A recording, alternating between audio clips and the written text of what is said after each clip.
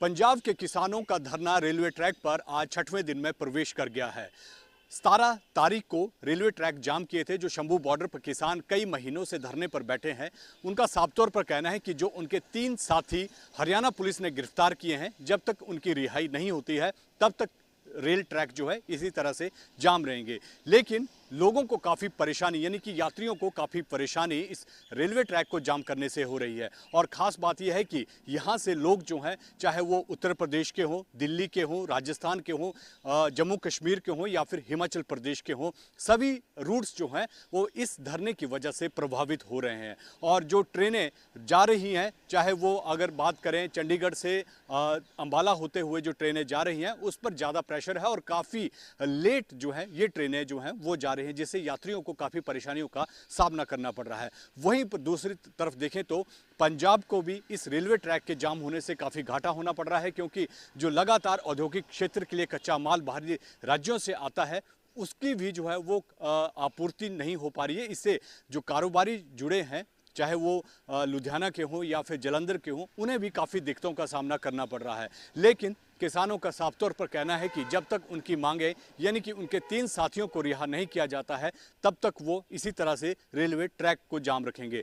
वहीं पर जिंद हरियाणा में आज एक बड़ी महापंचायत होने जा रही है। उसमें ये निर्णय लिया और किसानों का कहना है कि जो निर्णय खाप पंचायतें इस जिंद वाले महासम्मेलन में लेंगी वो उन्हें मंजूर होंगी। अगर खाप पंचायतें यह कहती हैं कि रेलवे ट्रैक जाम करने हैं, तो वो अनिश्चित काल के लिए जो है रेलवे ट्रैक पर बैठ सकते हैं। लेकिन जो परेशानियां हैं वो काफ़ी यात्रियों को यहाँ पर हो रही है। लेकिन जो किसान नेता है, उनका साफ तौर पर कहना है कि जिस तरह से हरियाणा प्रशासन ने जो कार्रवाई की है वो गलत है। उनके 3 साथियों को अरेस्ट किया है, हम उनकी रिहाई चाहते हैं और जब तक उनकी रिहाई नहीं होती है तब तक ये आंदोलन जो है वो इसी तरह का जारी रहेगा। लेकिन सबसे बड़ी बात यह है कि जो किसानों ने सिर्फ रेलवे ट्रैक जो है वो शंभू बॉर्डर के पास ही जो है वो रोका है।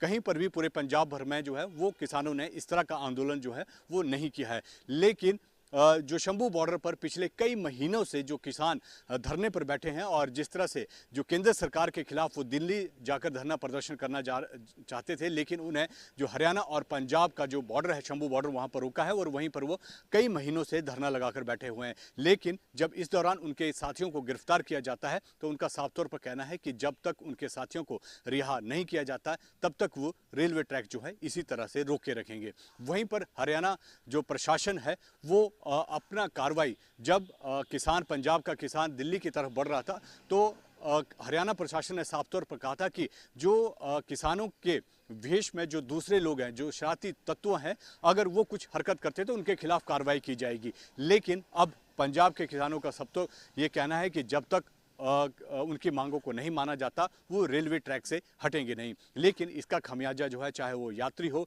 या फिर औद्योगिक क्षेत्र के जो लोग हों, उनको उठाना पड़ रहा है। अब देखना होगा कि किसानों की मांगें जो हैं वो प्रशासन, हरियाणा प्रशासन मानता है या फिर नहीं। उनके जो साथी हिरासत में लिए हैं उन्हें अब रिहा किया जाता है या फिर किसान रेलवे ट्रैक जो है वो इसी तरह रोक कर रखते हैं।